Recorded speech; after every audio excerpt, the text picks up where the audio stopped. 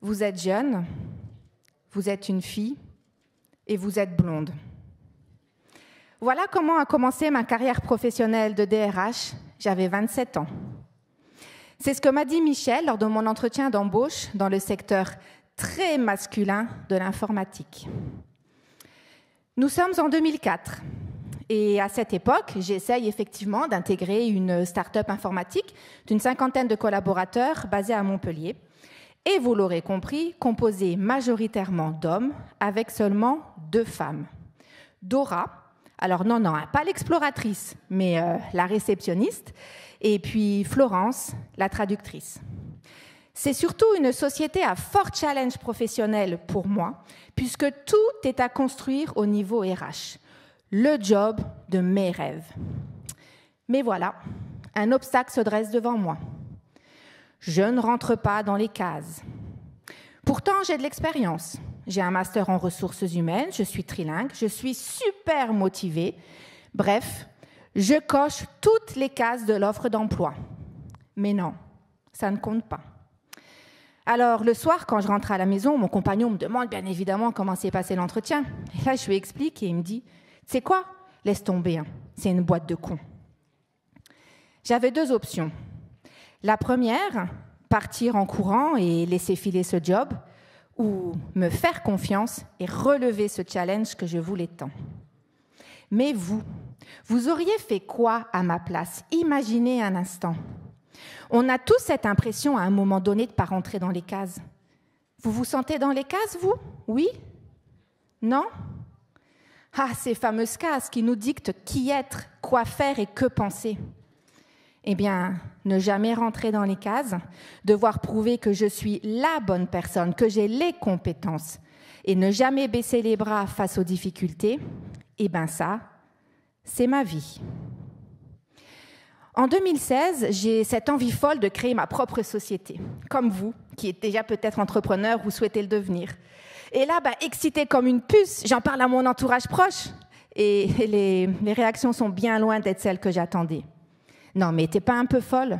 T'as un bon poste de DRH dans une grosse boîte, avec un super salaire, et tu veux tout envoyer bouler ? Non, mais attends, Céline, il y a quelque chose qui tourne pas rond, là.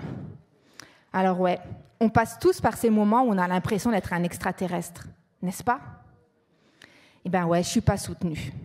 Mais vous savez quoi ? Ça m'est égal. Parce que moi, mon projet, j'y crois. Et tous les soirs, pendant 1 an, j'y travaille. Je crois en moi. Je ne vous cache pas que j'ai galéré. Mais quelle satisfaction qu'en juillet 2017, je claque ma démission et qu'en août de la même année, ma société est créée. Et pour mettre toutes les chances de mon côté, j'essaye même d'intégrer un programme de mentoring pour m'accompagner dans le développement de ma société. Et là, vous savez ce qu'on me dit ? Ah ben non, vous ne rentrez pas dans les cases. Pas assez de clients, pas assez de chiffre d'affaires, revenez nous voir dans 1 an. C'est logique, c'est quand on a déjà des clients, qu'on a déjà un chiffre d'affaires, qu'on a besoin d'un mentor, logique. Je continue mon petit bonhomme de chemin et puis 1 an après, je retoque quand même à cette fameuse porte parce que je persévère. Et là, j'intègre enfin ce fameux process de sélection qui m'amène jusque devant un jury de 3 entrepreneurs pour leur présenter mon dossier. Vous savez, c'est un peu comme le programme musical The Voice, où pour être sélectionné, le coach doit retourner son fauteuil et buzzer. Alors c'est le même principe, mais sans le buzz. Et The Voice, c'est drôle, sauf que moi, ça ne l'était pas. Je ne le sais pas encore, mais je vais vivre un moment profondément déstabilisant. Imaginez le jour J, j'arrive dans cette salle devant mon jury de 3 entrepreneurs, j'ai la niaque, je commence à présenter mon dossier. Et là, le premier, il se barre. Ouais. Alors, je ne comprends pas ce qui se passe, il se barre. OK. Le deuxième, alors lui, c'est l'ascenseur émotionnel. Oh, c'est génial votre projet, il y a de la vie, il y a des idées, c'est atypique, hein. Mais j'y crois pas. Et la troisième, elle ne m'adresse même pas la parole. Belle porte en pleine tête. Alors ça aurait pu être le début de la fin pour moi. Mais non, je refuse de me laisser démonter. Et c'est à ce moment-là même que je lance ce défi fou de créer le premier salon dédié aux ressources humaines à Luxembourg. J'en ai rencontré des obstacles pour ce salon. Je suis passée par de nombreux doutes et déceptions. Quand le doute s'installe, Allez chercher dans vos propres ressources qui font que vous allez y arriver. Et la clé que j'ai envie de vous transmettre aujourd'hui, c'est de vous poser une seule et unique question. Pourquoi je sais que je peux y arriver ? Me poser cette question m'a permis de trouver les réponses qui m'ont convaincu que je pouvais avancer.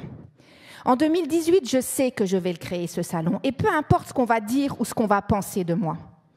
Eh bien, vous savez quoi ? Il voit le jour le 25 janvier 2019. Alors,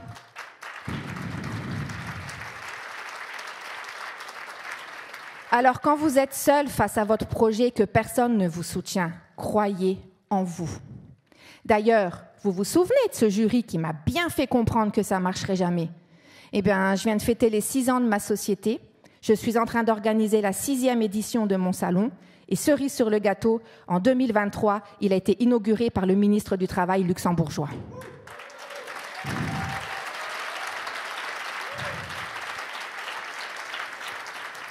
La leçon que j'ai vraiment envie de vous transmettre aujourd'hui, ce que moi j'ai appris, c'est vraiment de vous poser cette unique question, pourquoi je sais que je peux y arriver ?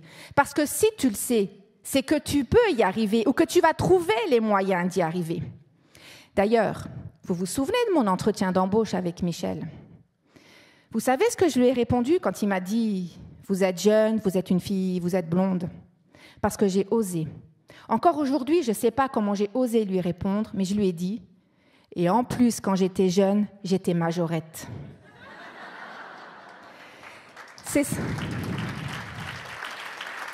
cet aplomb qui m'a permis de signer mon CDI. Alors, comme le disait Oscar Wilde, il faut toujours viser la lune, car même en cas d'échec, vous atterrissez sur les étoiles. Mais ce qu'il ne savait pas, notre cher Oscar, à l'époque, c'est qu'on est bien plus proche de la lune que des étoiles. Alors, des objectifs qui nous paraissent si élevés sont facilement beaucoup plus atteignables que ce qu'on imagine. Et vous, dans laquelle de vos ressources allez-vous puiser pour atteindre votre première étoile ?